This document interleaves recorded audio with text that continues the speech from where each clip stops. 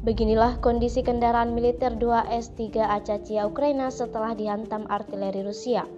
Rekamannya ramai beredar di media sosial Telegram pada Senin 10 April 2023. Rekaman yang diterbitkan langsung oleh prajurit Ukraina itu memperlihatkan kondisi dari salah satu kendaraan militer mereka yang rusak parah setelah dihantam artileri Rusia.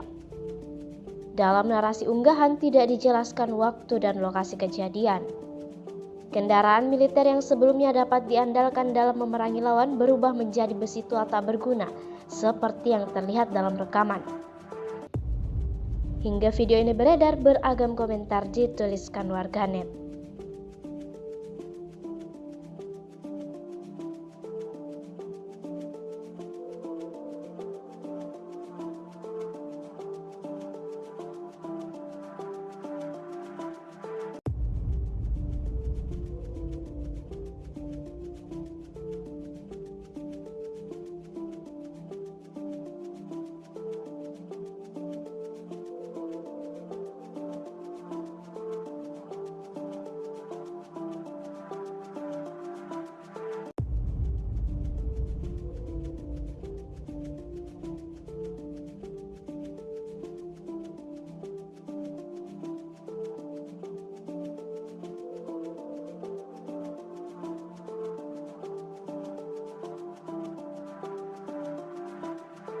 Terima kasih sudah nonton.